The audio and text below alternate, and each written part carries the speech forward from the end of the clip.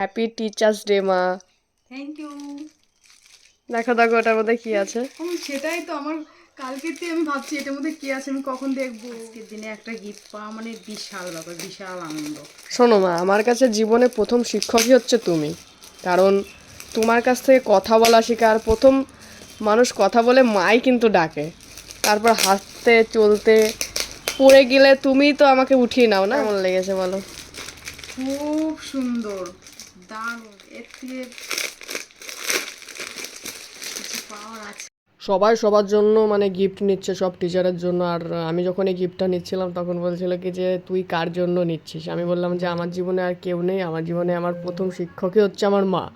So আমি মাকেই গিফটটা দেওয়ার জন্য নিচ্ছি। আর আমার জীবনে আরেকজন আছে, সেটা হচ্ছে আমার একটা দাদা আছে, যে হচ্ছে আমার লাইফের বেস্ট টিচার। তো তার জন্য আমার স্পেশাল কিছু আছে অবশ্যই, আমি একটা জায়গায় পৌঁছাই তারপরই তাকে দেওয়ার ভাবনা চিন্তা রয়েছে। থ্যাংক ইউ, খুব খুশি হয়েছি। সবাইকে একটু দেখে দাও। একটা কার্ড আর এই ডায়েরিটা দিয়েছে, আর পেন ওই যে। আর এই পেনটা দিয়েছে। ভীষণ ভীষণভাবে খুশি। আমি চাই প্রতি বছর আমি এই দিনটা একটা গিফট যেন পাই।